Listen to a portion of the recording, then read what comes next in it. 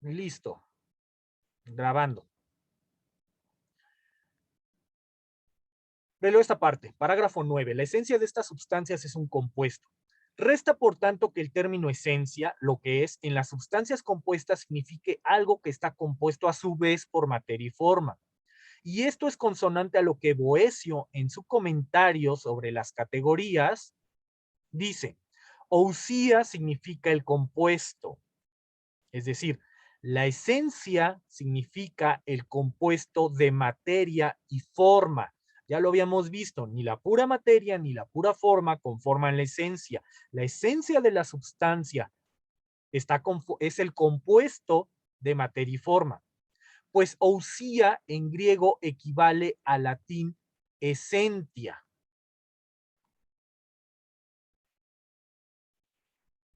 Como él mismo dice en el libro sobre las dos naturalezas. Avicena también afirma que la quiddidad, ya habíamos visto este concepto también, como uno de los análogos de esencia, de las sustancias compuestas es la misma composición de forma y materia. El comentador, Averroes, también dice en su comentario al séptimo libro de la metafísica: la naturaleza que tienen las especies en las cosas que se generan es algo intermedio, es decir, nuevamente, compuesto de materia y forma. También con esto concuerda la razón, porque el ser de las sustancias compuestas no es, muy importante, subrayenlo, está reiterando esta teoría, no es ni de la sola forma ni de la sola materia, sino del propio compuesto. La esencia es aquello por lo cual se dice el ser de la cosa. Esta definición ya lo había arrojado en el capítulo primero, recuerden, de donde es necesario que la esencia por la cual la cosa se denomina ente no sea ni la sola forma ni la sola materia, sino ambas, aunque la sola forma en cierto modo sea la causa de su ser. Ya habíamos visto por qué está afirmando esto. La forma, esta estructura inteligible es la que le da forma a la materia. Eso es lo que está diciendo, en cierto modo. Así pues, vemos en las cosas constituidas de una pluralidad de principios que la cosa no se denomina por uno solo de sus principios, sino por aquel que los abarca a todos, como sucede en los sabores, porque de la acción del calor al digerir lo húmedo se causa la dulzura. Es decir, estas son teorías medievales sobre el sabor. Actualmente sabemos que no funciona así, pero está dando ejemplos. Y aunque de este modo el calor sea la causa de la dulzura, sabemos que actualmente lo dulce no es causado por el calor. En esa época se creía que sí. Sin embargo, no se denomina al cuerpo dulce a causa del calor, sino del sabor, que abarca tanto lo cálido como lo húmedo. Bien, vamos al parágrafo 10. La esencia del compuesto no involucra, muy importante, concepto de examen, pregunta de examen si hubiese examen. Muy importante que lo tengan aquí en cuenta. La materia signata, sino lo común. ¿Qué debemos entender aquí? Apúntenlo. Por signata, señalado, lo que se mienta, lo que se nombra. Cuando hable de materia signata, no signata, va a hablar de una materia como en abstracto, como en general. Aquí la materia signata es la materia concreta.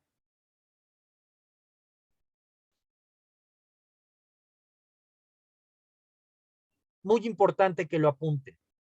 Eso implica materia signata, la materia señalada, la materia mentada, la materia nombrada, señalada. Eso es materia signata. Aquí eso significa signata, porque va a hablar más adelante de la materia no signata. Muy importante. ¿Por qué es importante este concepto? Porque es lo que va a dar pie a otro concepto de examen, si hubiese examen, al principio de individuación. Inicio la lectura. Y puesto que la materia asignata, es el principio de individuación, concepto importantísimo que tienen que tener presentes. Principio de individuación.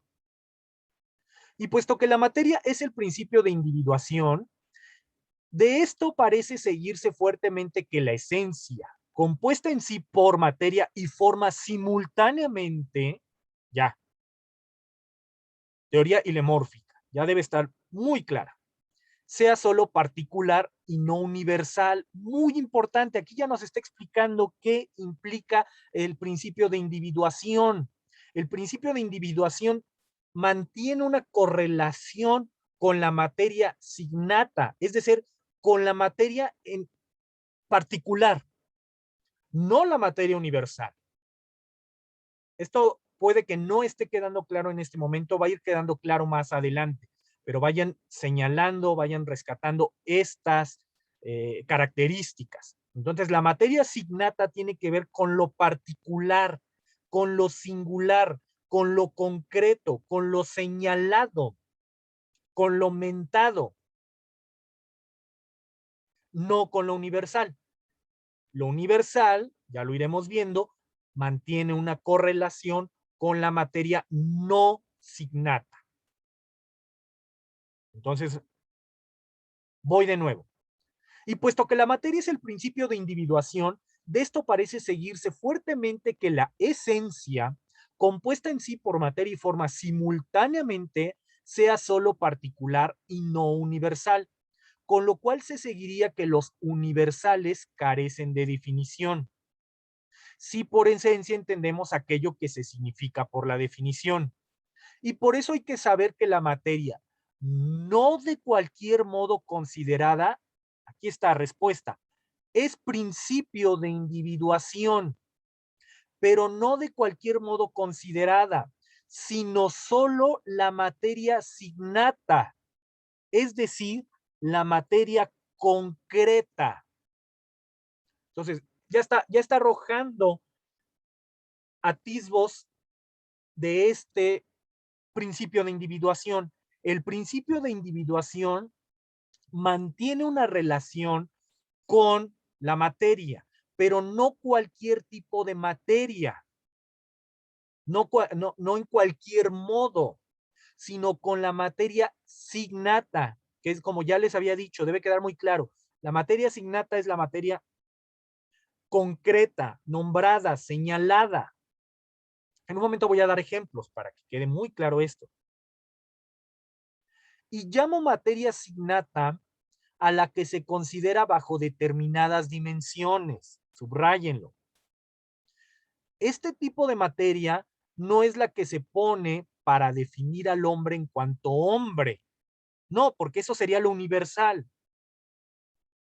En todo caso, se pondría en la definición de Sócrates, si Sócrates tuviera definición. Es decir, la materia signata mantiene relación, en este ejemplo concreto, no al hombre en cuanto hombre, es decir, no en un concepto abstracto y universal, sino mantiene relación la materia signata en el caso concreto, en la diferencia singular, como vimos la clase pasada, de Sócrates. O lo aterrizo un poco más, la materia signata mantiene relación con Ceci en particular, con Emilia en particular, con Elías en particular, con Daday en particular, con Rodrigo en particular. No con el concepto de hombre o de ser humano. Chicas, aquí pueden corregir al hombre en cuanto hombre, de ser humano en cuanto ser humano.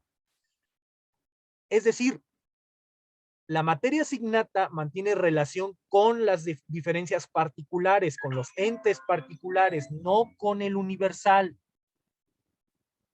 ¿Sí queda claro hasta ahí? Bien. Sin embargo, en la definición de hombre o de ser humano se pone muy importante, subrayenlo, la materia no signata. ¿Qué debemos entender aquí por no signata? No concreta, universal, general, no particular, de ser humano en cuanto ser humano, del universal ser humano. En efecto, aquí va a dar este ejemplo, este es el ejemplo clásico para distinguir, entre materia signata y materia no signata. En efecto, no se pone en la definición de hombre este hueso y esta carne, sino huesos y carne sin más, que son la materia no signata, es decir, la común del hombre. A ver, ¿qué quiso decir? Muy importante, me regreso. Cuando hablamos de materia no signata, con respecto a la definición de ser humano, hablamos de huesos y carne en general. La definición de ser humano incluye, como ya lo vemos, la materia, que serían huesos y carne en abstracto, en general. Todo ser humano, en un momento voy con Andrés, en todo ser humano tiene huesos y carne. ¿Cuáles huesos y carnes? Pues en general, materia no signata. En cambio, todos en este momento, tóquense la pierna. Tóquensela, por favor, tóquense la pierna. Cuando hablamos de materia signata, hablamos de esos huesos y de esa carne que en este momento están palpando. Por eso habla de materia signata como materia concreta.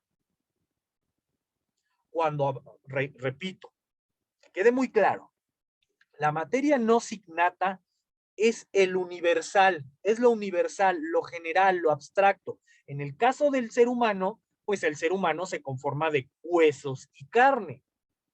¿Cuáles huesos y carne? Huesos y carne en general, no concretos. En cambio, si buscamos la definición, supongamos, de Ceci, Ceci está conformada por, Ceci, tócate la pierna, esos huesos y esa carne concreta que está palpando en ese momento.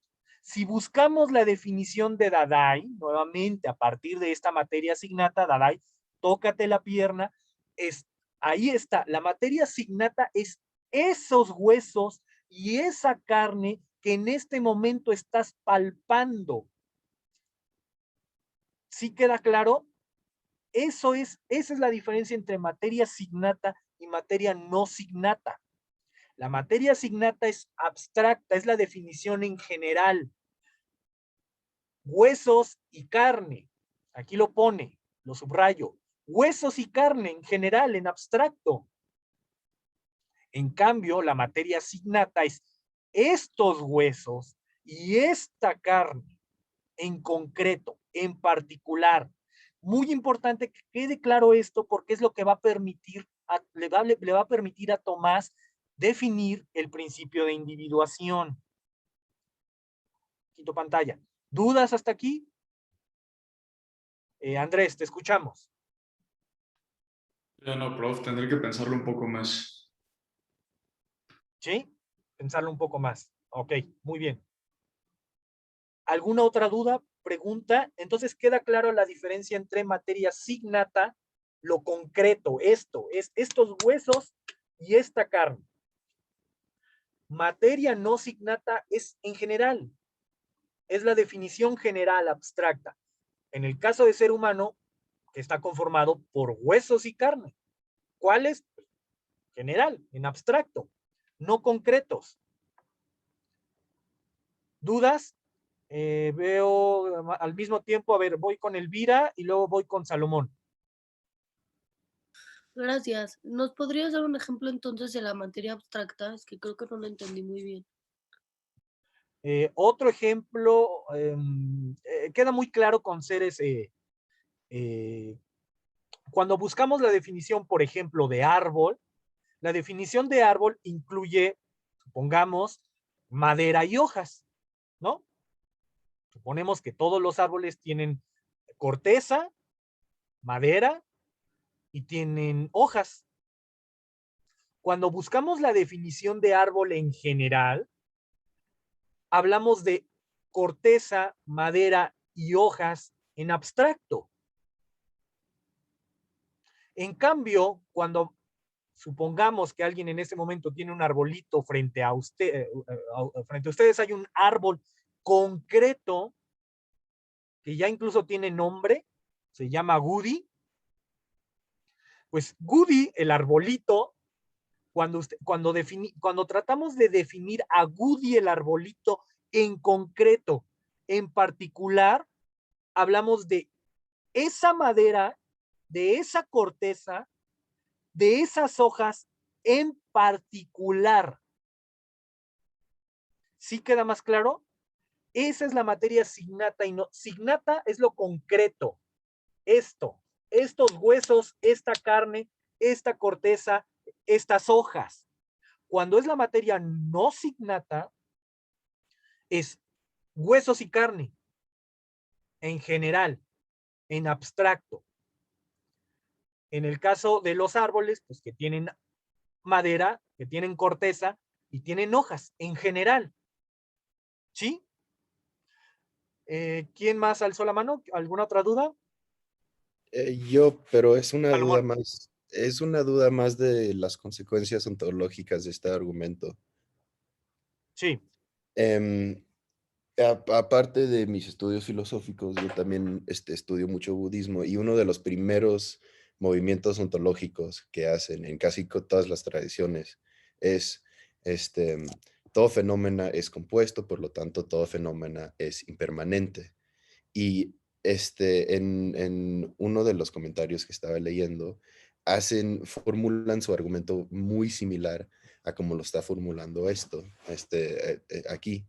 Pero mi pregunta es, me imagino que en algún punto tiene que defender la permanencia, porque si no, pues los humanos, por cristiano, simplemente, porque si no, pues mucho de la Biblia no funciona sin esta idea de, o un alma permanente, o un algo permanente que típicamente relacionan con Dios, pero ¿cómo termina haciendo eso? Porque hasta ahorita solo puedo ver los movimientos ontológicos para concluir que como no hay como somos compuestos, por lo tanto, no tenemos una parte permanente, porque entonces sería una parte, entre comillas, más importante que otro, porque uno es contingente y el otro no. ¿Cómo resuelve esto?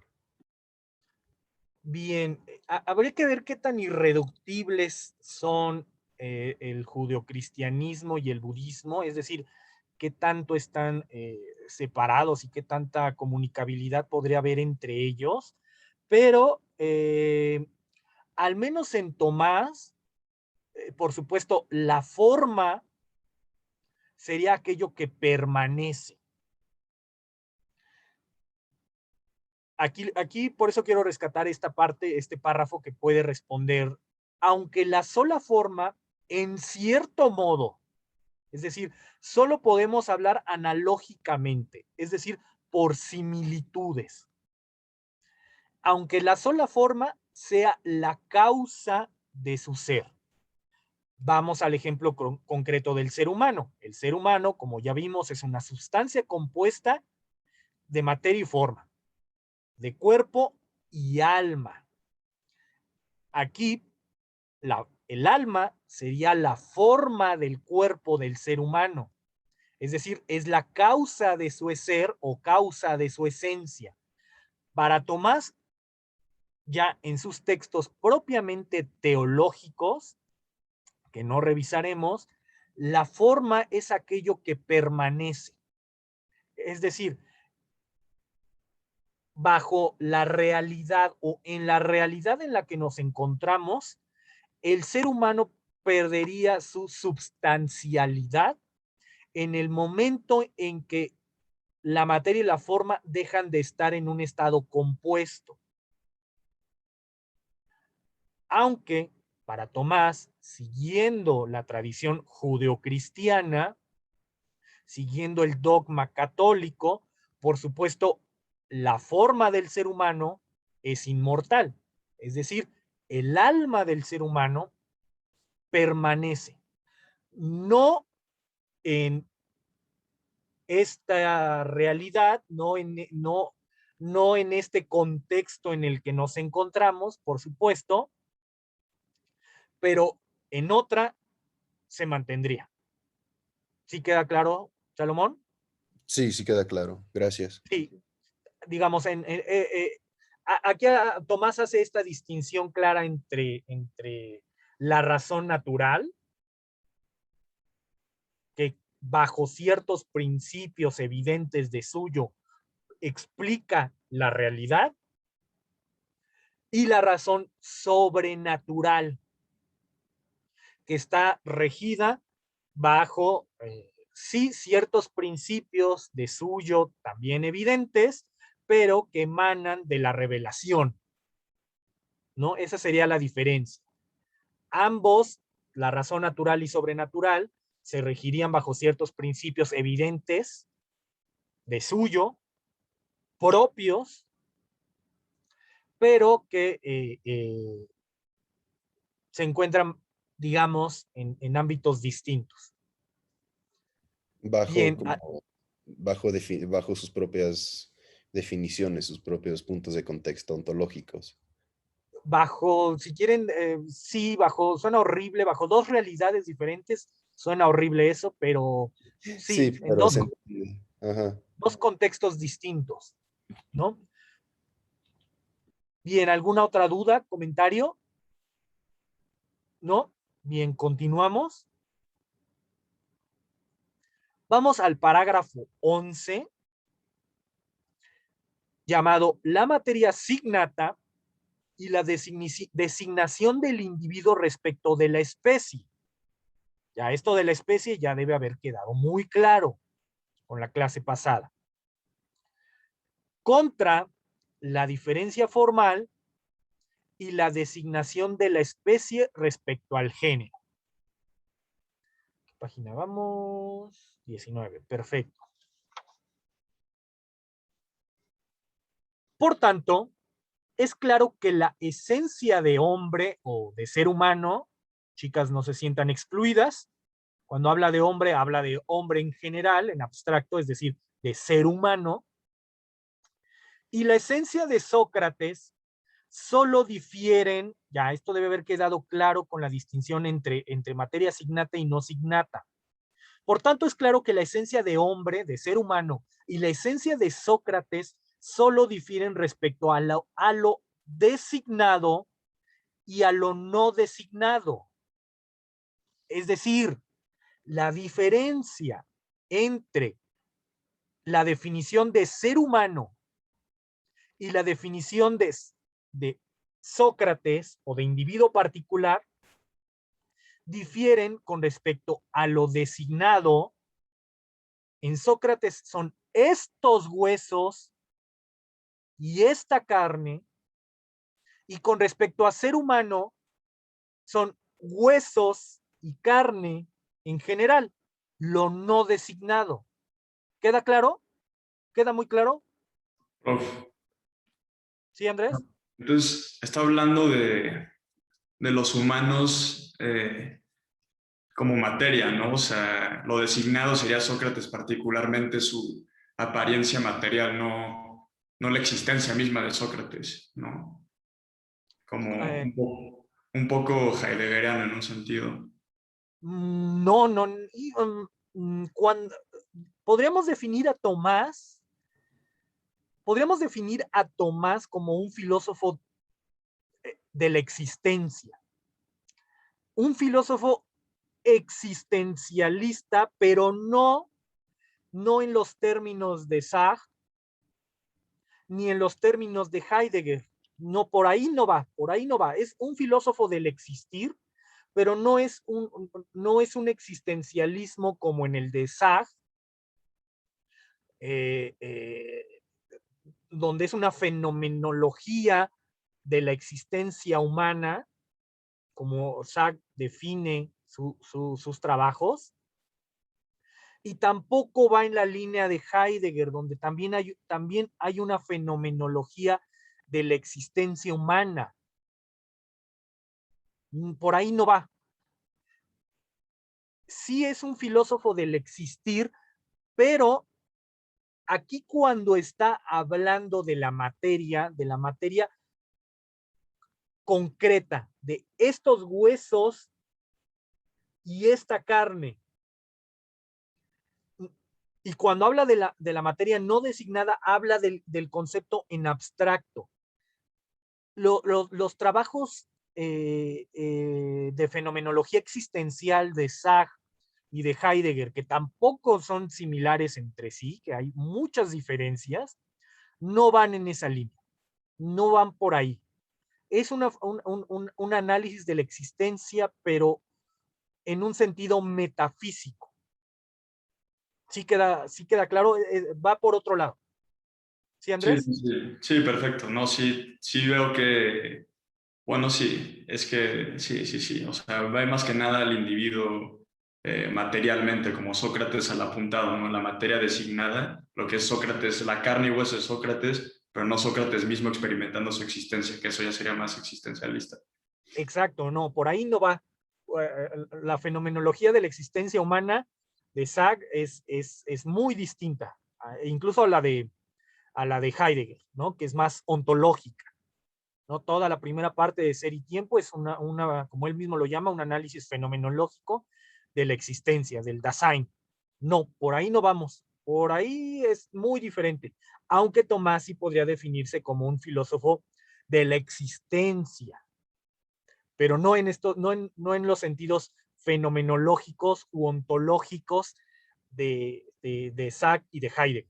Él está haciendo metafísica, muy importante. Bien, ¿alguna otra duda, comentario? ¿No? Entonces ya debe quedar claro. Materia signata y materia no signata. Materia designada y materia no designada.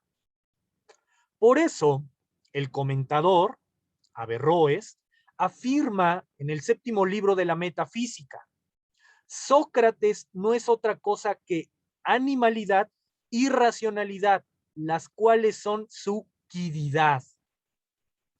Ya habrán visto, esto es muy escolástico, si bien Tomás hay apartados donde critica la postura principalmente de Averroes. Recuerden, estamos en el contexto siglo XIII del averroísmo, que para ciertos sectores eclesiásticos y académicos el averroísmo era peligroso.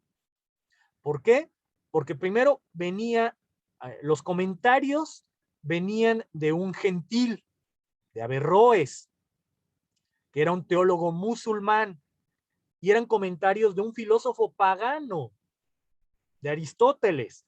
Entonces, el averroísmo era doblemente peligroso para ciertos sectores académicos y eclesiásticos. Lo que está haciendo aquí Tomás, esto es muy importante, porque hay partes donde critica a Averroes, donde está diciendo, como vimos, me parece en el capítulo primero, de Averroes está equivocado en este aspecto, pero hay otros, como ya están viendo, en donde está diciendo, no, esta exégesis que está haciendo Averroes de Aristóteles, al menos esta parte es correcta. Eso es muy importante, porque está tratando de rescatar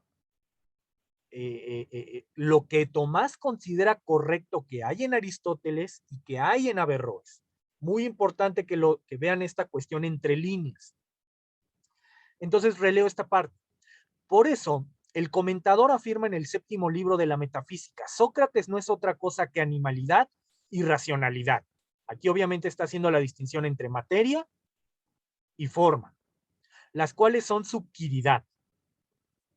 Así también difieren la esencia del género y la de la especie a causa de lo designado y de lo no designado. Aquí nuevamente recuerden el árbol de Porfirio.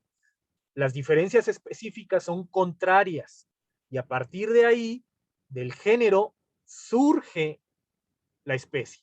Está haciendo exactamente lo mismo.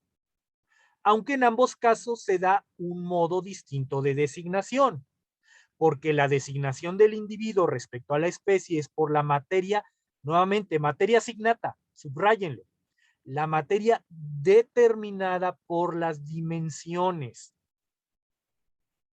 Mientras que la designación de la especie respecto al género es por la diferencia constitutiva que se toma de la forma de la cosa, es decir, por lo general.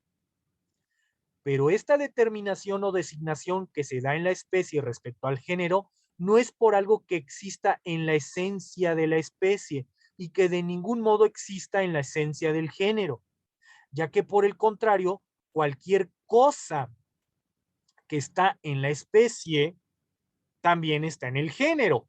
Obviamente, recuerden, la especie es lo particular y el género es lo universal. Algo que haya en lo particular, por necesidad, también debe estar en lo universal. Recuerden su árbol de Porfirio, ténganlo a la mano.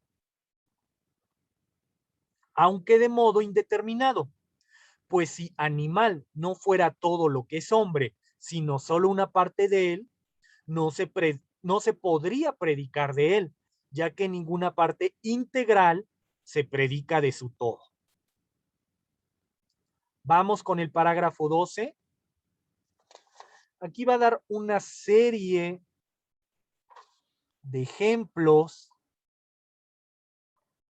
muy concretos que deben quedar claros con el árbol de Porfirio. Ejemplo 1, parágrafo 12. Cuerpo como parte integral de animal. Ahí recuerden, ¿por qué solo una parte de animal? Recuérdenlo, en el árbol de Porfirio estaba la parte de corporalidad. ¿Sí recuerdan o no recuerdan? ¿Sí? ¿Seguros? Tienen cara como de que no recuerdan. Bien. Ceci, ¿puedes continuar la lectura, por favor? Sí. Se podría ver cómo sucede de algún modo esto. Si se considera como difieren el cuerpo según se ponga como parte del animal y según se ponga como género, pues no pueden ser equivalentes el género y lo que es parte integral. Y esto sucede puesto que el término cuerpo puede aceptar múltiples acepciones, pues el cuerpo, según que está en el género de la substancia, se dice de aquello que tiene tal naturaleza como poder designarse en tres dimensiones, ya que esas mismas tres dimensiones designadas son el cuerpo que está en el género de la cantidad. Sin embargo, sucede que algo que tiene una perfección también puede alcanzar otra ulterior, como ocurre con el hombre, que tanto tiene naturaleza sensitiva como también intelectiva, de manera similar sobre una perfección que sería tener determinada forma, como ser designado por tres dimensiones. Puede añadirse otra perfección como la vida y cosas semejantes, por lo cual el término cuerpo puede significar cierta cosa que tenga tal forma que por ella se siga en esa cosa exclusivamente la designabilidad en tres dimensiones, no siguiéndose de aquella forma ninguna perfección ulterior, y si alguna característica se añadiera, sería fuera de lo significado así por cuerpo.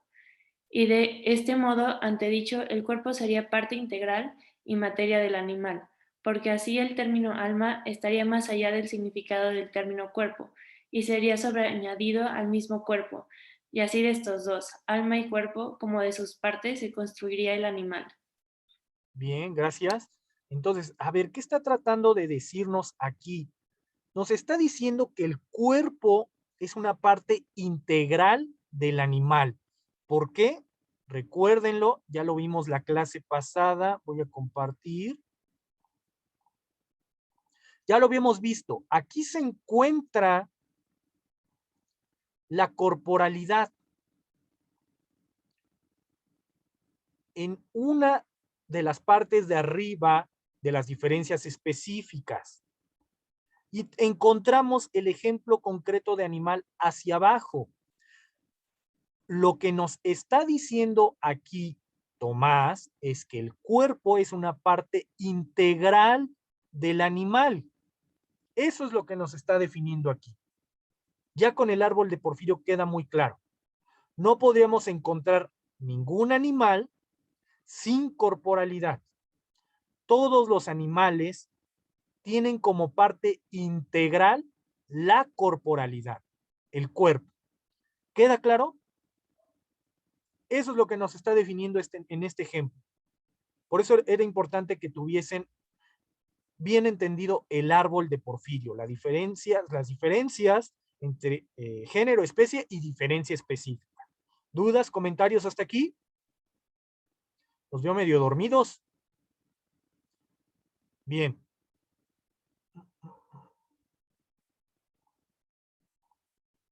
Vamos de nuevo al texto, si no hay dudas.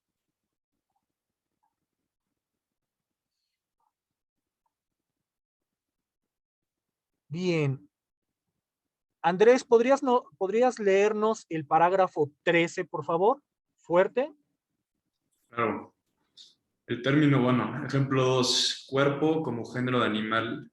El término cuerpo también puede significar cierta cosa que tenga la forma por la cual se le pueda designar por tres dimensiones. Cualquiera que sea su forma pueda o no recibir una perfección ulterior. Y tomando en este sentido, cuerpo sería género de animal, porque nada podría pensarse en animal que no está contenido implícitamente en cuerpo. Pues no es el alma, la forma de animal, una forma ajena a aquella por la que se podría designar tres dimensiones en la cosa, la forma de cuerpo. Y así, cuando se decía que el cuerpo es aquello que tiene tal forma por la cual se pueden designar en él tres dimensiones, se entendía cualquier forma posible, o animalidad, o piedreidad, o cualquier otra. Y de este modo, la forma de animal está contenida implícitamente en la forma cuerpo. A causa de ser este su género. Género. Bien. Nuevamente, ¿qué nos está diciendo aquí? Muy, de forma muy sencilla, el cuerpo lo debemos de entender como género de animal. Y lo podemos verificar efectivamente en nuestro árbol de Porfirio. Nuevamente tenemos la especie animal que se deduce a partir de ciertas diferencias específicas del género cuerpo. Qué feo escrito. ¿Queda claro? Tengo una duda. Sí, Ceci. O sea, el cuerpo como género y hace cuenta el animal como género, o sea, se podría decir que hay subgéneros porque el animal necesita del género del cuerpo para existir.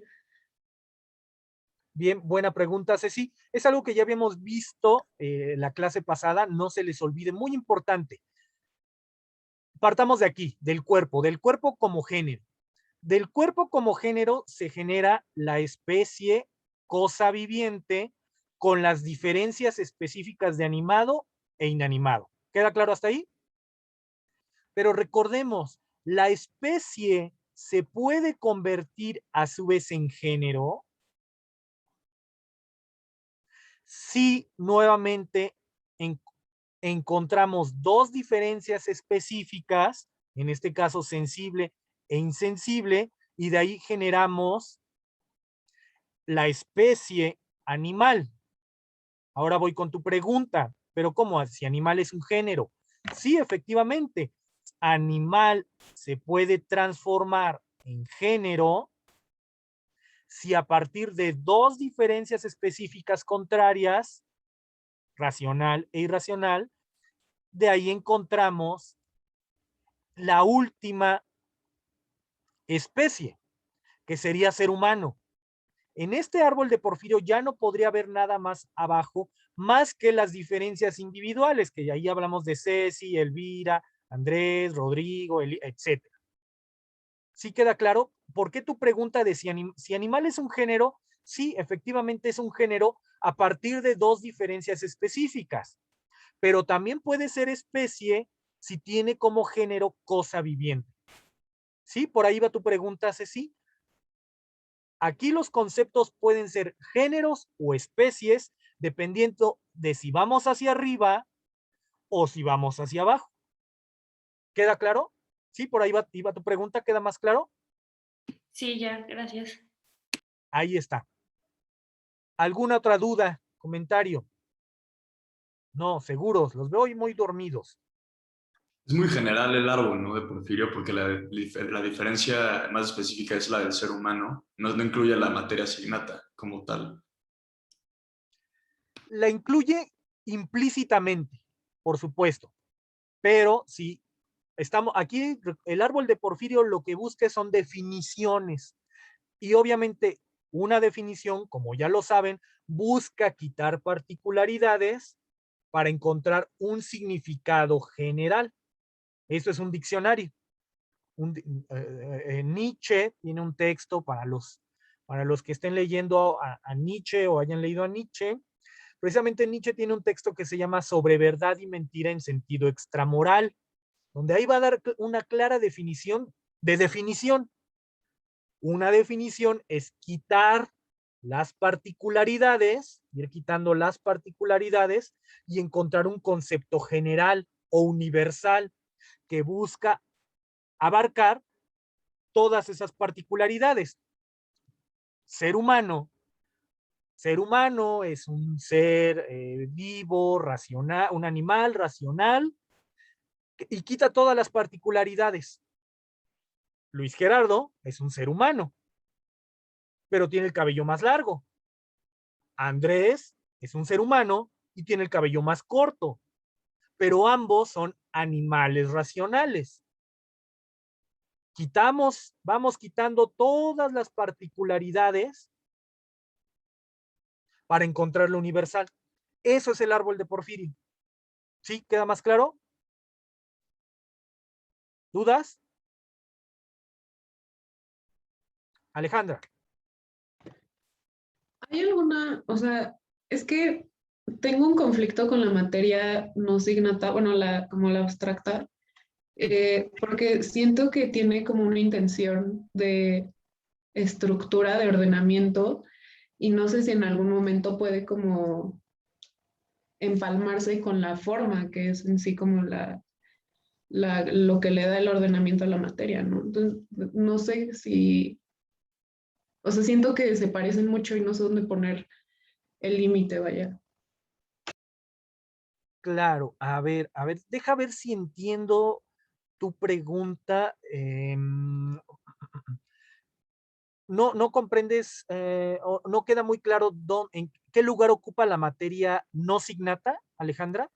O sea, es que si al final es como una manera de abstraer la materia, o sea, pensando este hueso, o sea, en vez de pensar este hueso, sería un hueso, pero siento que el hueso ya trae como una forma, ¿no? O sea, hablar de, sería como la definición del ser, ¿no? O no sé si no estoy entendiendo nada.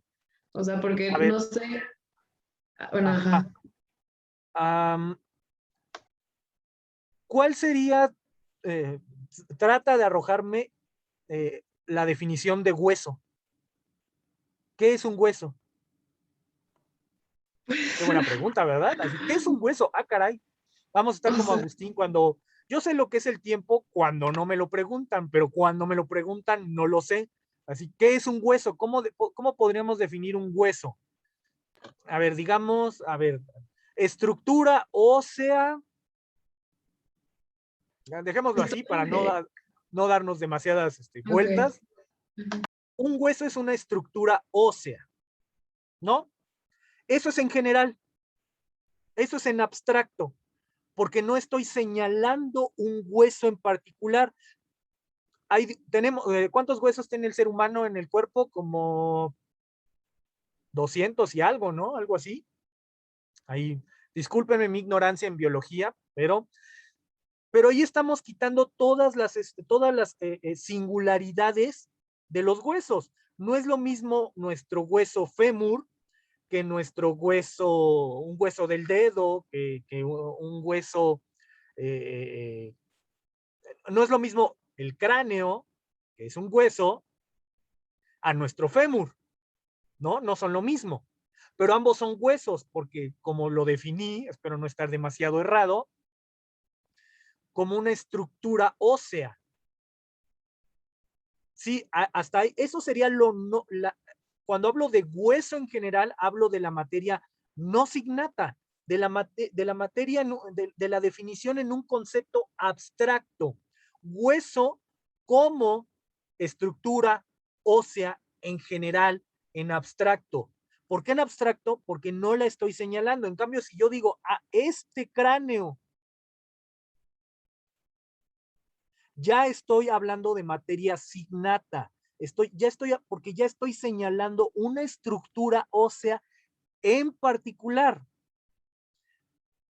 Esta estructura ósea no es la misma, Alejandra, tócate tu frente, no es la misma esta estructura, mi estructura ósea, que no dejes de tocarte la frente, esa estructura ósea, ¿sí queda claro? No es a ver, todos tóquense su frente, traten de sentir su cráneo, no es lo mismo, no veo a todos tocándose su frente.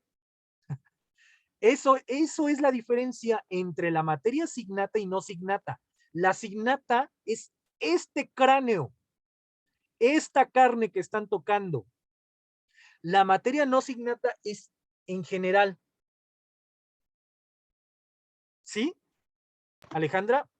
O sea, sí, hasta ahí voy bien, pero mi cuestión es en esa abstracción, ¿sabes? O sea, hablando de los huesos, o sea, ¿cuál sería entonces la esencia del hueso? O sea, ¿cómo podría? Porque al final estaríamos definiendo a los huesos por su materia y, o sea, si es la definición, entonces, ¿dónde está la diferencia entre materia no signata y esencia? No sé si solo estoy dando vueltas donde no hay un problema, pero no me queda claro. No, por supuesto. La estructura ósea, de cualquier estructura ósea, debe tener una esencia. Si hablamos de la esencia de un hueso, y aquí un médico, un anatomista nos lo podría decir muy concreto, suponga, tu cráneo, tu estructura ósea craneal, tiene materia y tiene forma, porque tiene una esencia. La esencia del cráneo, supongamos, sería contener los órganos que tenemos dentro de él, supongamos, el cerebro, los ojos, no sé. Un hueso también está conformado por materia y por forma, porque tiene una esencia. Si nosotros trituramos un hueso, ya tuvo un cambio sustancial, porque ya no estaría cumpliendo su función esencial, ya no estaría cumpliendo su esencia. ¿Sí? ¿Ya un poco más claro, Alejandra, o todavía no? No, sí, ya, totalmente. Pero A ver, por ejemplo, Rodrigo, entonces la sigmata sería nada más como señalar, o sea, como esta. señalar algo así, ya, o sea, sí. Eso es, un momento voy con Elvira, sí, exacto. La diferencia entre materia signata y no signata, ¿qué es lo que le va a posibilitar a Tomás arrojar su definición del principio de individuación? Todos me preguntan, ¿y qué es eso del principio de individuación? Ya creo que ya se los dejé de tarea por ahí, en uno de los reportes de lectura. El principio de individuación es aquel principio que nos permite discernir, diferenciar entre un individuo y otro. Para Tomás, el fundamento del principio de individuación sería la materia signata. A eso vamos. Todavía no lo ha dicho, ya me adelanté, qué horror. Pero eso es el principio de individuación en Tomás, que cuando lleguemos a Escoto, se lo va a criticar. Va a decir, caray, Escoto va a criticar este concepto de principio de individuación. Muy importante que lo tomen en cuenta. Elvira, ¿duda? Sí, que si esto de la abstracción se podría, o sea, como para entenderlo de alguna forma, si sería como el concepto. O sea, si se está refiriendo como a designar un concepto, no a un concepto en específico, pero... En el árbol de Porfirio, sí, lo que se busca son definiciones. Recuerden, una definición está conformada por un concepto y un significado. El concepto es la palabrita, el sustantivo, y el significado es toda la significación de ese sustantivo, de ese concepto. Eso es una definición. El árbol de Porfirio es lo que busca, las definiciones concretas de los entes. Eso es. ¿Bien, Elvira? ¿Alguna otra duda, comentario? ¿No? Bien. Parece que va quedando claro. Yo sé, entiendo que es un texto complejo. Es un texto, como ya lo vieron desde el principio. Tomás es muy claro. Tomás, a pesar de la densidad, de lo denso, de lo profundo de lo que está tratando, Tomás es muy aristotélico en ese sentido. X es Y. No es Platón, no es Agustín, donde hay que ir deshebrando el texto para tratar de encontrar alguna definición. Tomás es muy claro, pero sí es profundo, trata temas muy densos. Bien, vamos a continuar la lectura. Vamos con parágrafo 14. Rodrigo, ¿lo puedes leer en voz alta, por favor? Claro, sin problema. Gracias. ¿En latín? No, en castellano, por favor. Está bien. Eh, la relación de animal con hombre es también del tipo anterior, pues si animal nombrara solo una determinada cosa que tuviera tal perfección como poder sentir y moverse por un principio inmanente, pero excluyendo cualquier otra perfección, entonces cualquier otra perfección ulterior sobreañadida se relacionaría con animal a modo de parte complementaria y no como implícitamente contenida en la noción animal, y así animal no sería género.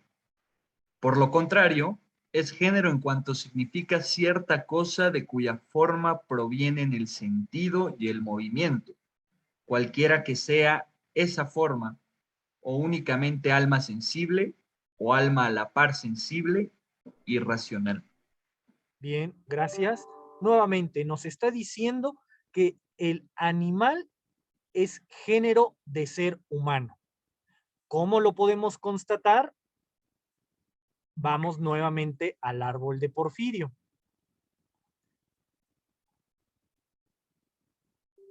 Acá andamos. Aquí lo podemos constatar claramente. Animal, ¿dónde está? Bien. Animal es el género de la especie ser humano que surge a partir de las dos diferencias específicas de racional e irracional. ¿Queda claro? Son los ejemplos muy concretos que nos da Tomás. Por eso era importante recuperar el árbol de Porfirio. Bien, continuamos. Muy importante. Vamos al parágrafo 15. El diverso modo de como género, especie y diferencia específica, agréguenlo ahí, significan la esencia, la definición, lo que es el ente o la cosa. Así pues, el género, lo universal, significa de modo indeterminado todo lo que hay en la especie. En forma indeterminado, en forma abstracta, en forma general. Pues no significa solo la materia. De modo semejante, también la diferencia significa el todo y no solo la forma. Incluso también la definición o la especie significan el todo. ¿Qué nos está diciendo aquí? Subrayen todo este parrafito. Pues nos está diciendo que a partir del género, la especie, la diferencia específica que genera la definición, nos significan el todo de la cosa. Lo expreso de otra manera. El género, la especie y la diferencia específica conforman o generan la definición de la cosa. Eso es lo que nos está diciendo aquí. A partir del árbol de Porfirio, que está dividido en género, especie y diferencias específicas, podemos generar las definiciones, significar, verbalizar, lingüistizar, si es que existe esa palabra, si no me la acabo de inventar, la definición del ente. ¿Queda claro?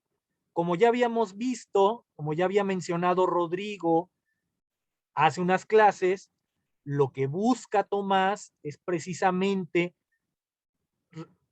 conjuntar el ámbito ontológico o metafísico propiamente dicho con el ámbito lingüístico. La definición para Tomás, la definición nos permitiría conocer al ente.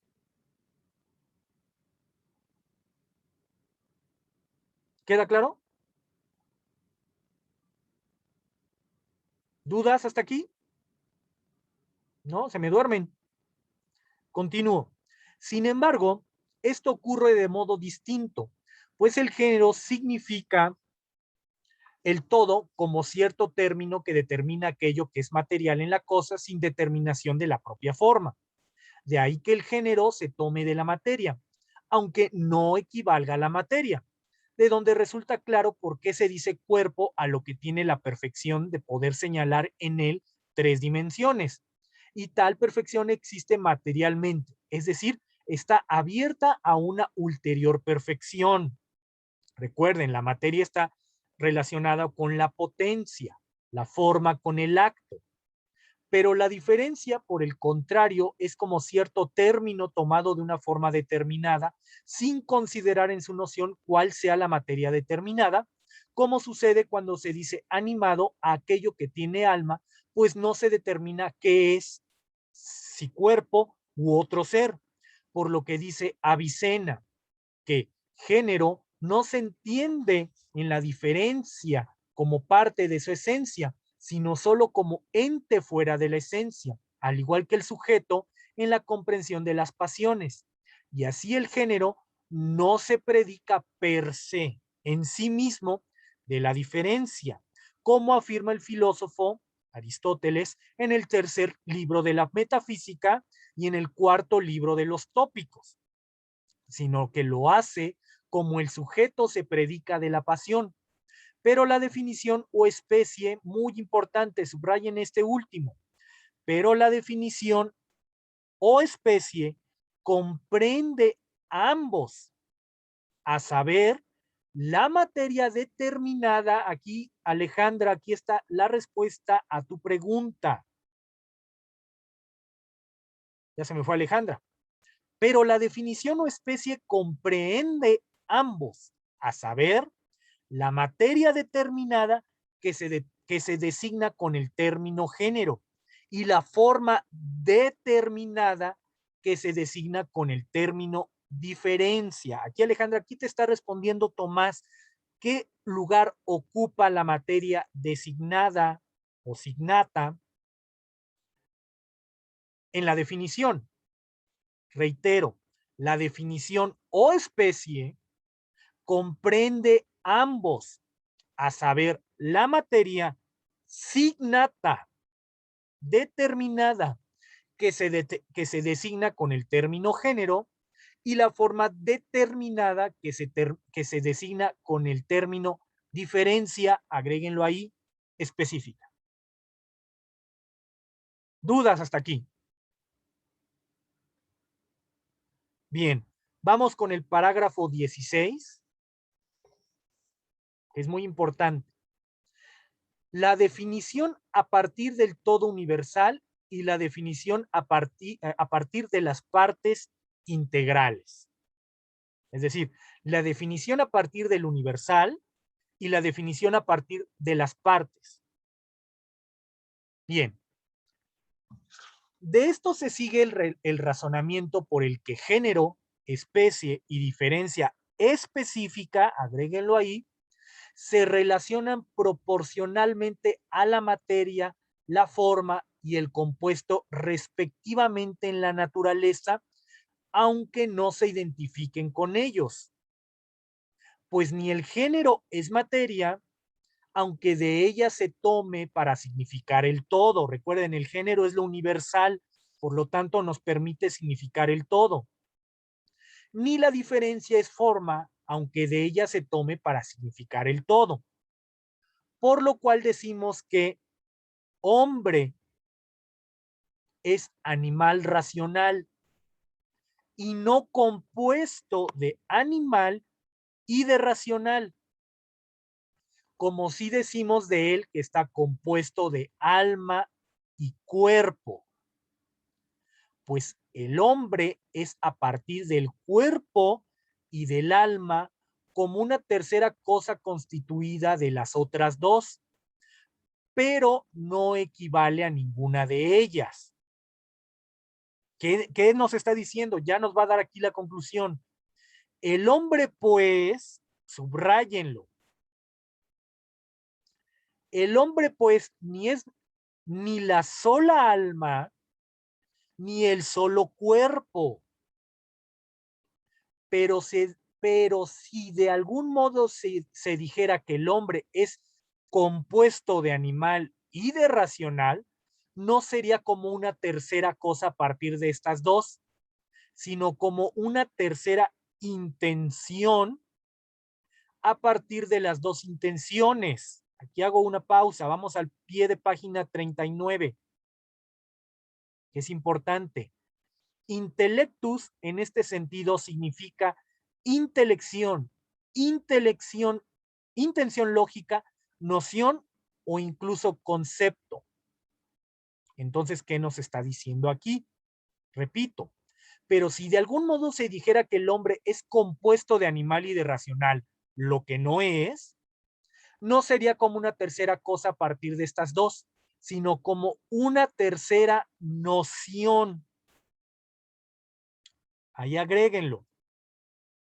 A partir de las dos intenciones, ya que la intención animal existente sin la determinación de una forma especial expresa la naturaleza de la cosa a partir de aquello que es material respecto a la última perfección. Por su parte, la intención de su diferencia racional consiste en una determinación de la forma especial y a partir de estas dos intenciones se constituye la intención de la especie o definición. Por eso, el ser humano no es un compuesto de animal y de racional, sino que es un animal racional a partir de su género, especie y diferencias específicas. Apúntenlo. Por eso, así como una cosa constituida de varias no recibe la predicación de aquellas que la constituyen, así tampoco una intención recibe la predicación de aquellas intenciones que la constituyen. Por esto no decimos, subráyenlo, que la definición es el género, ni que es la diferencia. Agréguenlo ahí, la definición se conforma a partir de la especie. ¿Queda claro? Bien. Vamos al parágrafo 17.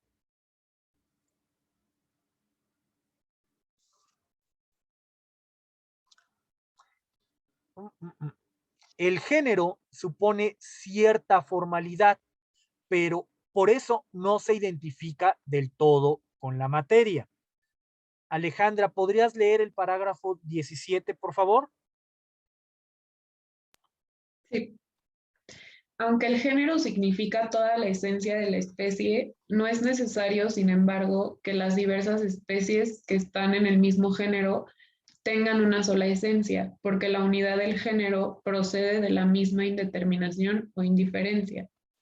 Sin embargo, esto no quiere decir que lo significado por el género sea numéricamente una naturaleza en diversas especies, a la cual sobrevendría cierta cosa, que es su diferencia determinante, tal como la forma determina a la materia, que es numéricamente una, sino que a causa de que el género significa cierta forma, no determinadamente esta o aquella, que la diferencia sí expresa determinadamente y que no es otra que aquella que significaba indeterminadamente el género.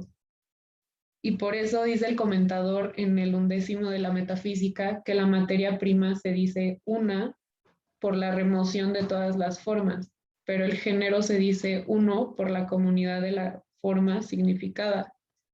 De lo anterior se sigue que por la adición de la diferencia, removida aquella indeterminación que era la causa de la unidad genérica, quedan las especies diversas por esencia. ¿Continúas, por favor, con el parágrafo 18? Sí. La esencia de la especie que se predica y la que no. No sé cómo pronunciar eso, así que lo voy a omitir. El quod est Quod y el est y quo est. Quod Ok. est se entiende como lo que es y quo est como el acto de ser. Bien, Ok. ¿continúas? Sí.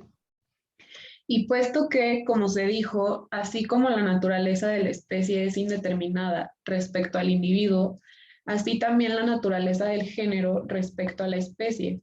Entonces se sigue que así como aquello que es género, en cuanto se predicaba de la especie, implicaba en su significación, aunque sea indistintamente, todo lo que determinadamente está en la especie.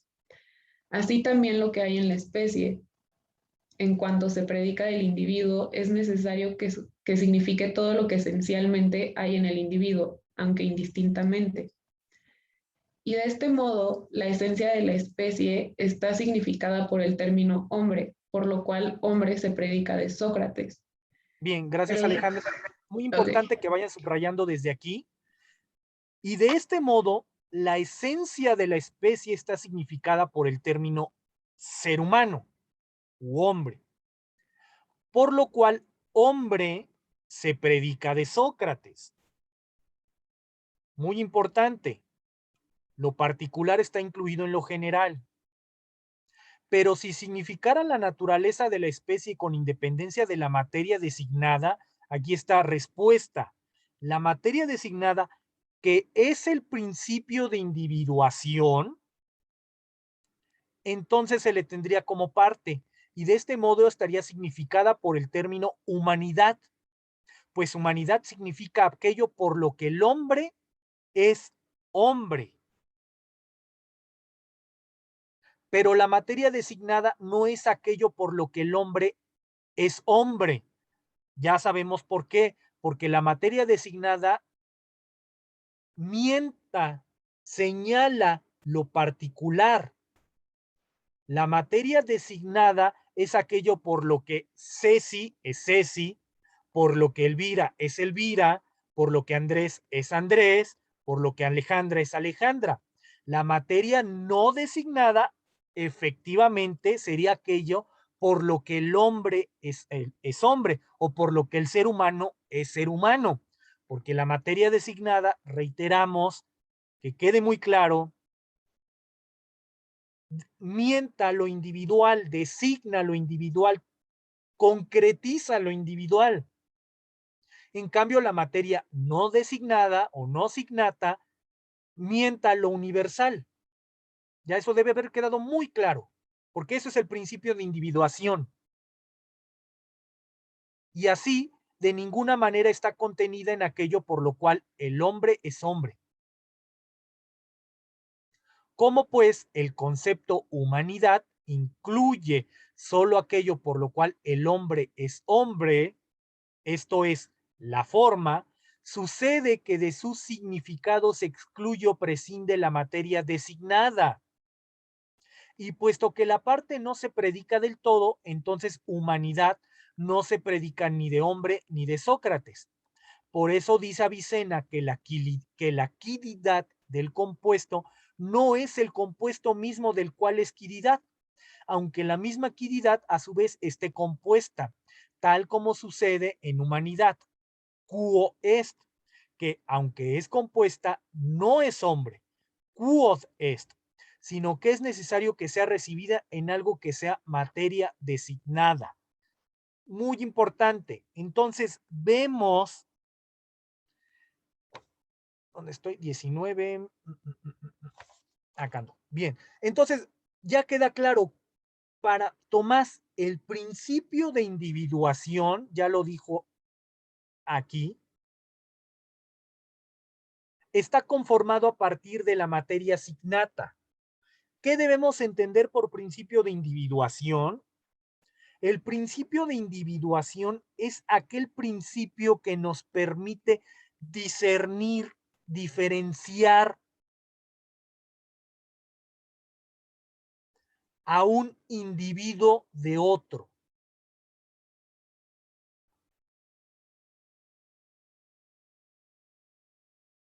Vamos con el ejemplo. Ya se los había dado. Luis Gerardo, de Luis Gerardo podemos predicar que es ser humano.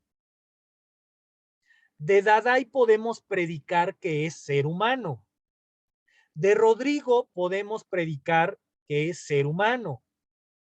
De Alejandra podemos predicar que es ser humano. De Elvira podemos predicar que es ser humano. Es decir, todas esas diferencias singulares o particulares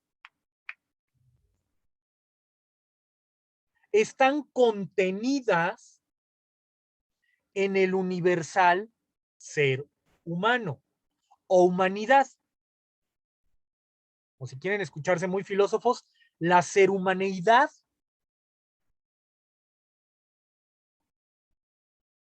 en general. ¿Queda claro hasta ahí? ¿No? Pero entonces, ¿cuál sería el principio de individuación? Según Tomás, sería la materia designada. Luis Gerardo tiene huesos. Rodrigo tiene huesos. Pero no son los mismos huesos los de Luis Gerardo que los de Rodrigo, que los de Elvira, que los de Dadaí.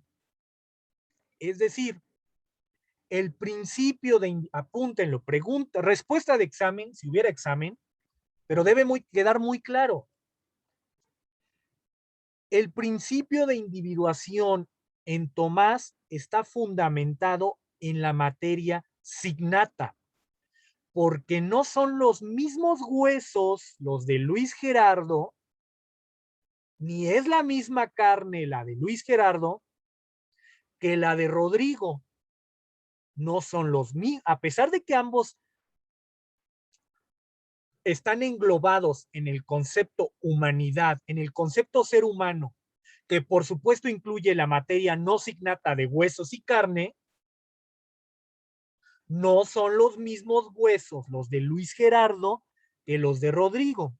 No son los mismos huesos, la misma carne, la de Rodrigo que la de Luis Gerardo.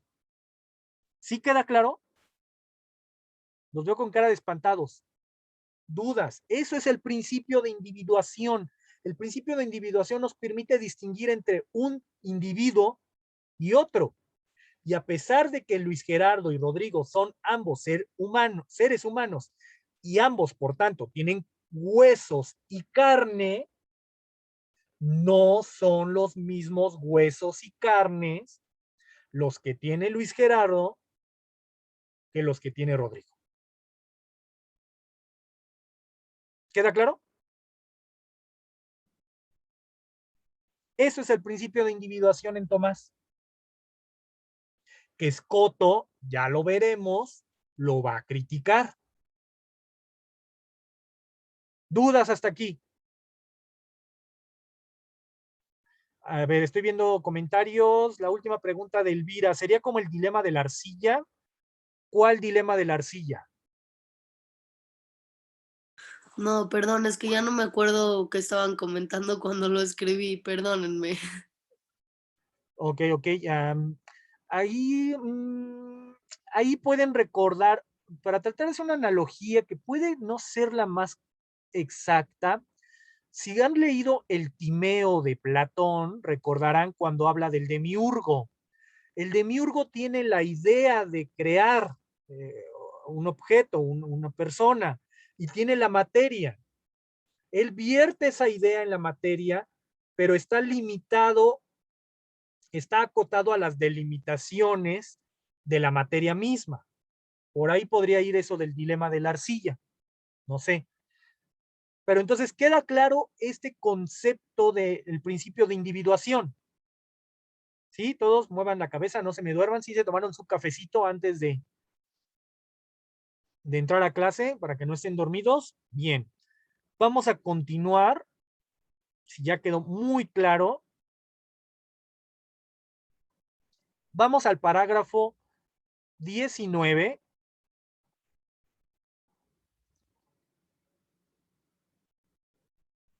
El género significa la parte material y la especie la parte formal. ¿Y por qué? Y porque, según se dijo, la designación de la especie respecto al género es por la forma y la designación del individuo respecto a la especie es por la materia. Nuevamente aquí, el género es lo universal y la especie es lo particular. Por eso es necesario que el término que significa aquello de donde se toma la naturaleza del género, prescindiendo de la forma determinada que perfecciona la especie, signifique la parte material del todo, como cuerpo es la parte material de hombre o de ser humano. Y por otra parte, que el término que significa aquello de donde se toma la naturaleza de la especie, prescindiendo de la materia designada, signifique la parte formal. Y así, humanidad significa cierta forma. Y se dice que es la forma del todo, váyanlo subrayando, muy importante. No como cierto sobreañadido a las partes esenciales, a saber, forma y materia, tal como la forma de la casa se sobreañade a las partes integrales de ella. Aquí ya, con este ejemplo queda muy claro. La parte formal es, en el caso de esta casa, es lo que se le añade a las partes integrales, es decir, a la materia. La estructura de la casa se añade o compone a la materia para tener la cosa casa, sino más bien es una forma que es el todo y que abraza forma y materia, compuesto, aunque prescindiendo de aquello por lo que es propio de la materia designar. Si no hay dudas, vamos al parágrafo 20. Ya casi acabamos este segundo capítulo. La esencia significada por la especie con implicación material y genérica y significada por la sola diferencia sin implicación material ni genérica. De lo cual es evidente, por tanto, que la esencia, váyanlo subrayando, rescátenlo, la esencia del hombre viene significada por el término hombre o humanidad o ser humano y por el término humanidad, pero de manera diversa, como hemos dicho, porque el término hombre la significa como todo, en cuanto no prescinde de la designación material, sino que implícita e indistintamente la contiene.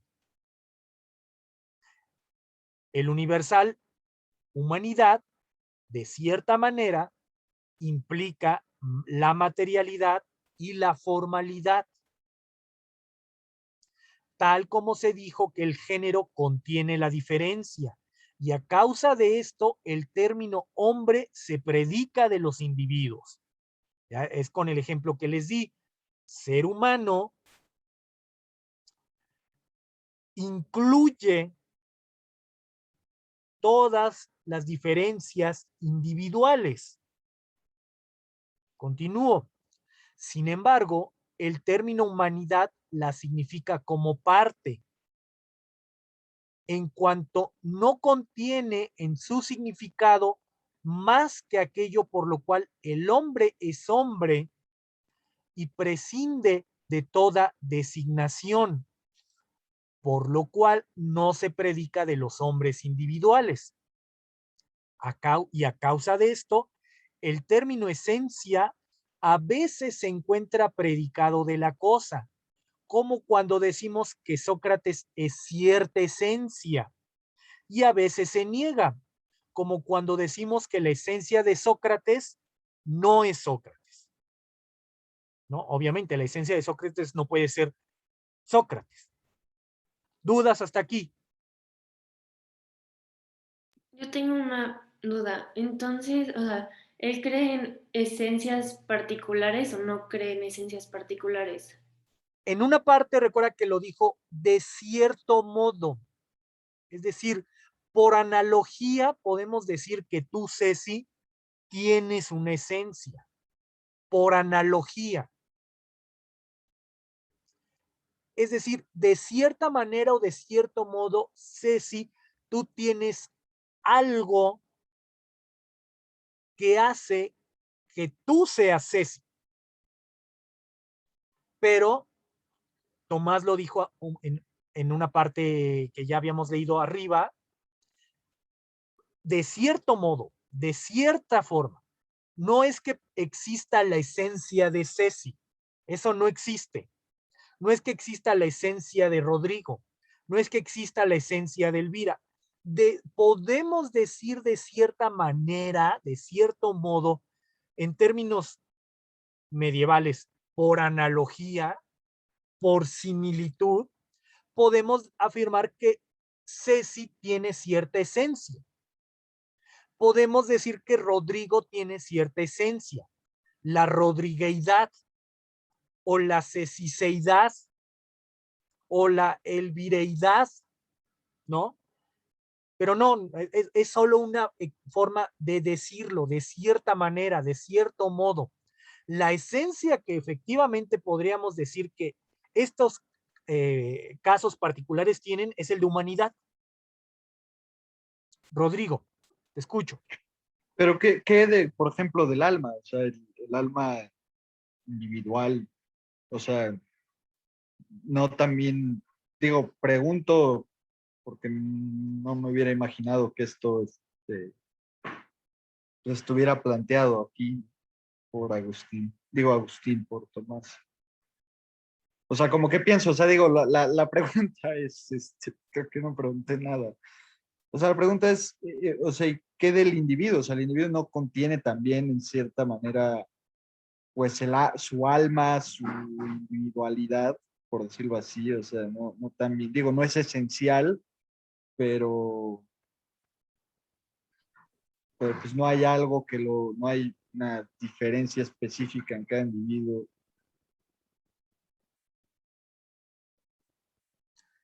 Sí, a ver, pero recuerden, si seguimos la argumentación de Tomás hasta este momento, la sustancia o la esencia no está conformada ni por la pura materia ni la pura forma, ¿sí? Recuerdan, teoría heliomórfica. ¿Cuál es la materia del ser humano? Su cuerpo. ¿Cuál es la forma del ser humano? Su alma. Entonces, si seguimos esta argumentación, el alma del ser humano no es su esencia. Fuertísimo. Ya les spoilé. Esta es la crítica que le va a hacer Escoto a Tomás. Esto es muy fuerte, pero tratemos de seguir únicamente la argumentación. Si la sustancia o el ente o la cosa está conformada por materia y forma, ni pura materia ni pura forma son esencia, sino es el compuesto, y el ser humano está conformado por cuerpo y alma, pero ni el puro cuerpo ni la pura alma serían su esencia, sino el compuesto. El alma sola no es esencia del ser humano. ¿Sí, Rodrigo? Esto es fuertísimo, esta afirmación. Estamos únicamente siguiendo la argumentación de Tomás. Está diciendo que el alma no es la esencia del ser humano. Esto es fuerte, esto es fuertísimo, esto ya, no sé por qué no lo quemaron. No, pues qué bueno que no, pero es fuerte, porque está afirmando que el alma no es la esencia del ser humano. Cuando desde la tradición judeocristiana de Tomás, pareciera que el alma sí es la esencia del ser humano. Nos diría Tomás, no. El alma sería una sustancia simple, pero no la esencia del ser humano. Eso es fuerte. Ahí está la crítica de Escoto. Por ahí va la crítica de Escoto. ¿Sí queda un poco más claro por ahí, Rodrigo? No, excelente, gracias. Qué sorpresa encontrar eso en Tomás de Aquino, ¿no? Digo, al menos desde el poco conocimiento que tenía. Estamos siguiendo la argumentación. Digo, habría como pendiente leer su tratado sobre el alma, de Tomás. Tiene un tratado sobre el alma, de ánima, me parece. Sí, de ánima. Habría que leer ese texto para ver cómo rescata esta cuestión. Recordemos que de Ente et Essentia es un opúsculo de juventud. Puede ser que en textos posteriores, como la Suma contra los Gentiles o la Suma Teológica u otros tratados más pequeños, haya tratado de rescatar esta cuestión. Me parece que no lo hace. Me parece que él va a sostener esta teoría aristotélica, esta teoría helemórfica, siempre. Por ahí va la crítica de Escoto, la crítica escotista, ¿no? Que es bastante fuerte. Bien, ¿alguna otra duda, comentario? ¿No? Bien, vamos a continuar. Vamos ya a entrar al capítulo tercero y último que vamos a leer sobre las sustancias compuestas. Recuerden, en este opúsculo, los capítulos que leímos, el capítulo 1, el objetivo del capítulo 1 es definir qué es el ente, qué es la esencia. Y en los capítulos 2 y 3 está definiendo a las sustancias compuestas. No se me pierdan por ahí, eso es importante. Después pueden leer los otros 3 capítulos que no leeremos, que son los capítulos dedicados a las sustancias simples. El capítulo 6 está dedicado a Dios, como la sustancia simple primera. Pueden leerlos, que ya lo vieron, es un opúsculo muy breve, muy académico, porque era un texto para sus hermanos dominicos. Continuamos. Vamos al capítulo 3, capítulo tercero, parágrafo 21, donde, muy importante. Aquí, una vez que Tomás ha definido ente, esencia y principio de individuación, va a entrar a otro problema clásico medieval, uno de los grandes problemas característicos de la Edad Media, que son los universales. Apúntenlo por ahí, muy importante, porque por aquí va a ir la crítica que le va a hacer Guillermo de Ockham a Tomás. ¿Qué implica esto? Entonces, creo que ya se está perfilando el caminito que está tomando el curso,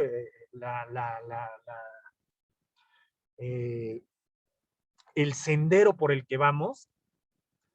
Como ya les había comentado, Tomás, siglo XIII, él representa la cúspide del pensamiento escolástico. Ya debe quedar claro por qué. Porque él sintetiza todo el pensamiento de su época, va a cristianizar a Aristóteles, va a dialogar con otros padres de la iglesia, pero va a dar sus aportaciones. Aquí ya vimos claramente una de sus grandes aportaciones que es el principio de individuación. ¿Qué va a ocurrir con este principio de individuación? Va a ser criticado fuertemente por Duns Scott, que es nuestro siguiente filósofo a leer, después de Gueritate, por supuesto. Y ahora va a arrojar otro problema importante de la filosofía medieval, que es el concepto de los universales. Apúntenlo. ¿Por qué? Porque en el texto que vamos a leer de Guillermo de Ockham, va a criticar esta postura de Tomás. Por eso Tomás es el escolástico que podremos considerar más importante, porque a partir de Tomás, o se es tomista o no. Nosotros vamos a leer después de Tomás vamos a leer dos textos que van a criticar las posturas tomistas, que es muy importante. Entonces, de una vez les voy dejando su tarea para la siguiente clase. Yo creo que sí. Vayan leyendo ya el siguiente texto para que ya lo tengan leído, porque seguramente ya acabamos la siguiente clase, el de ente et essentia. Vayan leyendo, por favor, ya lo tienen en pantalla. Vamos a leer este pequeño tratado de Tomás llamado de Veritate o sobre la verdad. Váyanlo leyendo.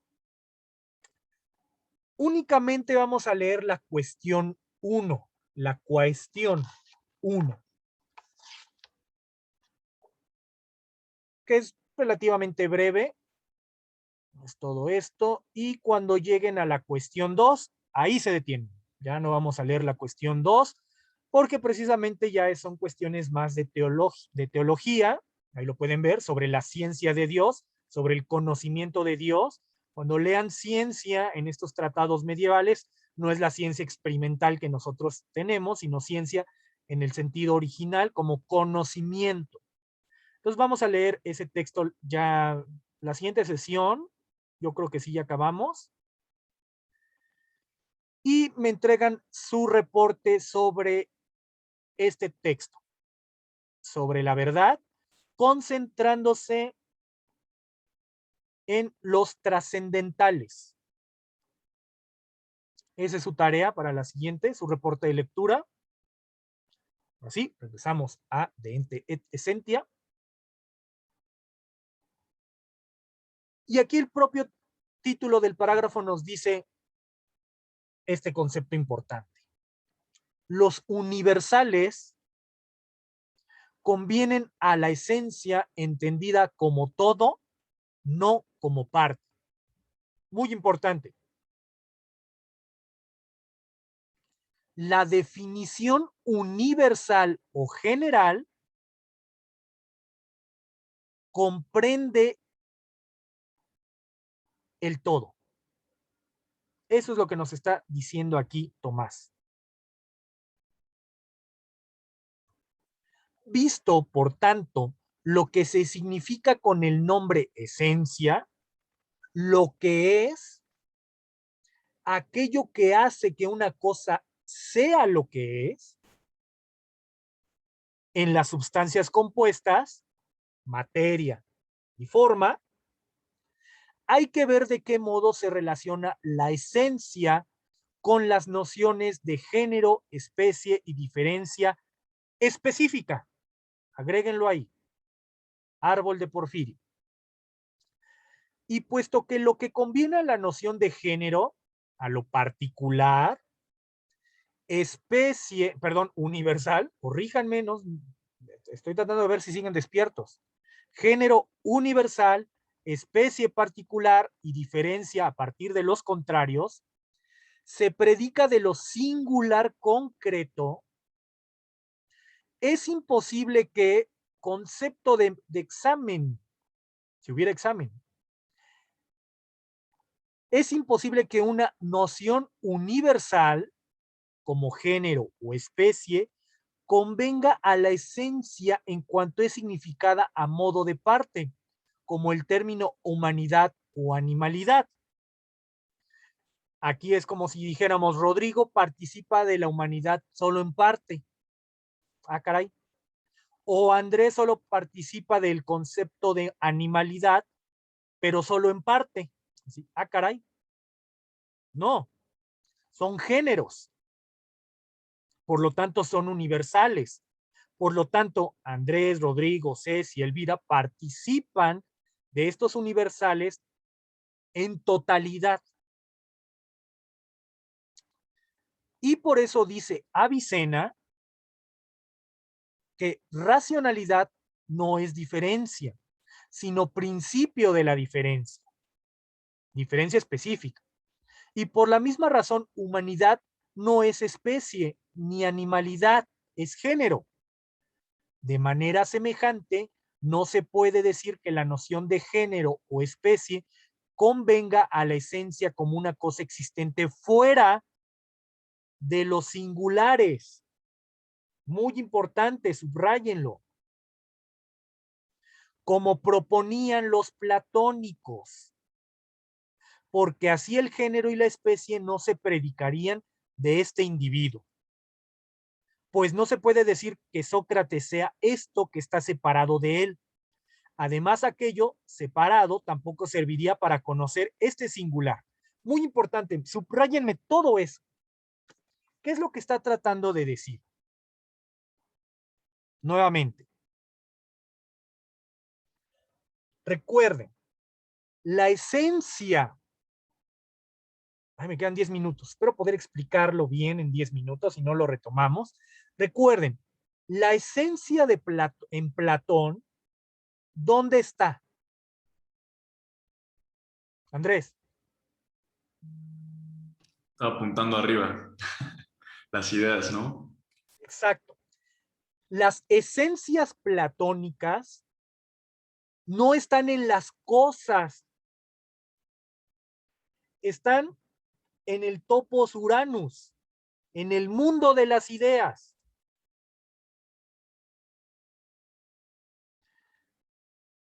Reitero, la esencia de las cosas en Platón están fuera de las cosas, no en las cosas.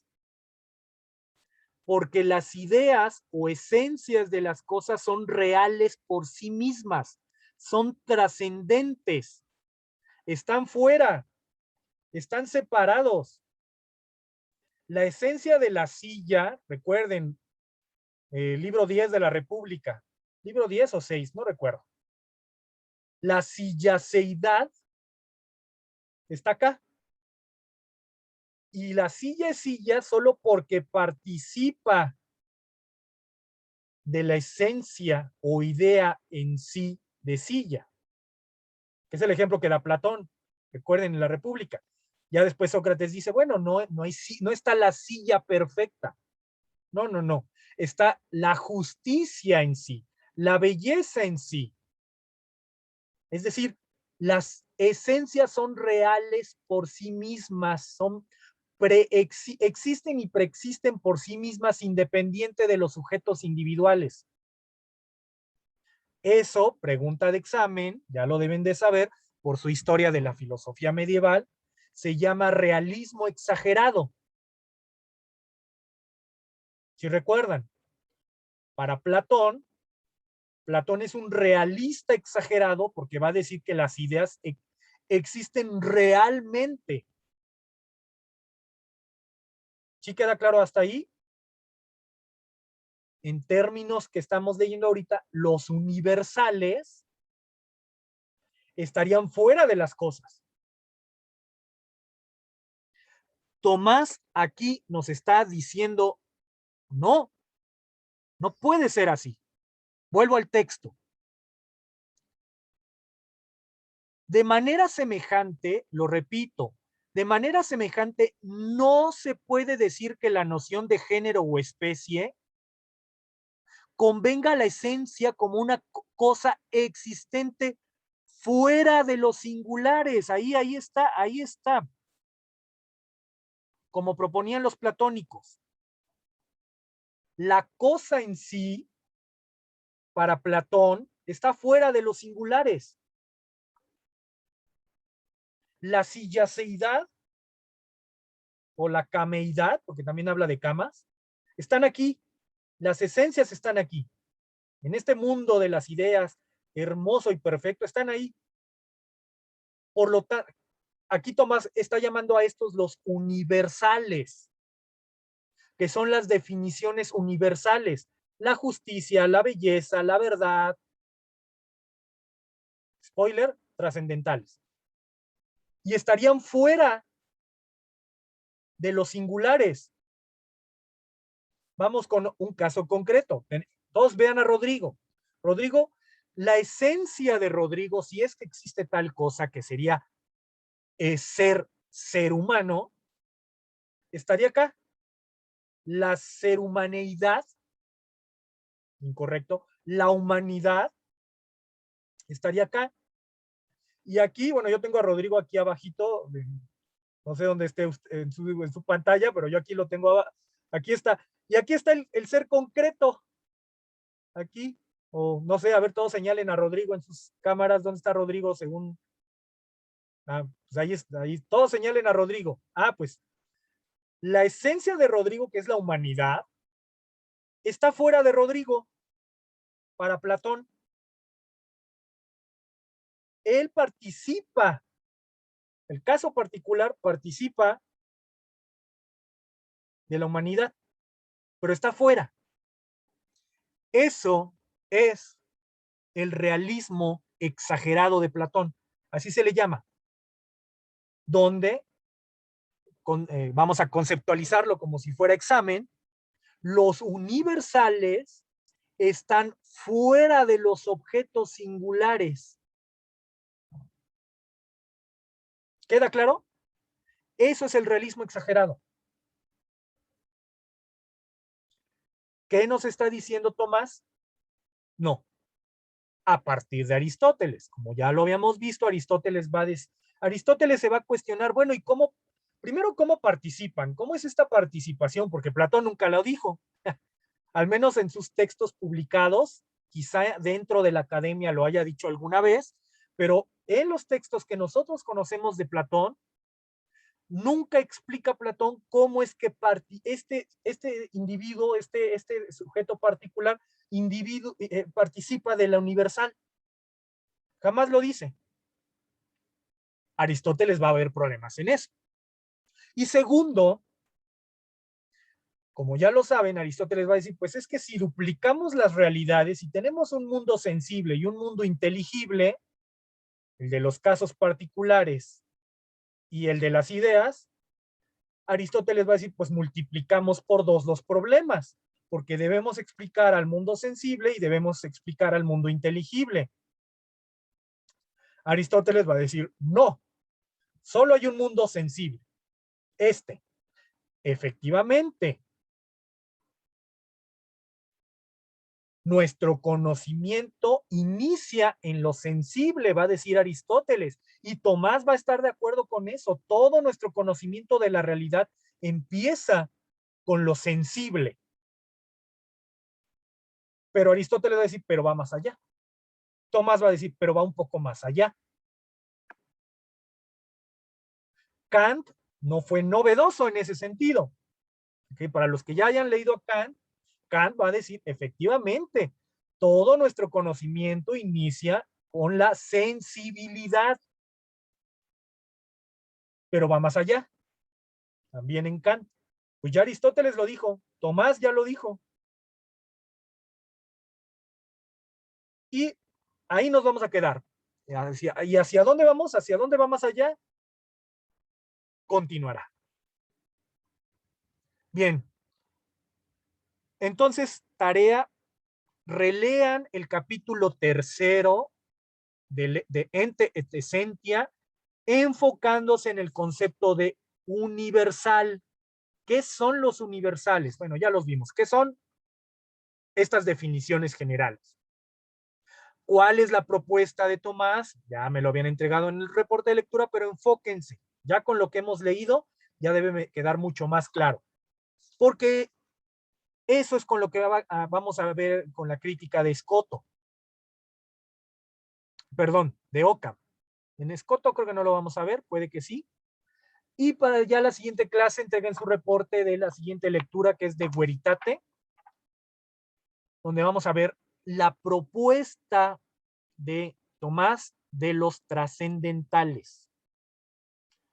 Bien, ya como spoiler, ya mandé mi propuesta de clase híbrida a la doctora Paula Arismendi y al doctor Castro.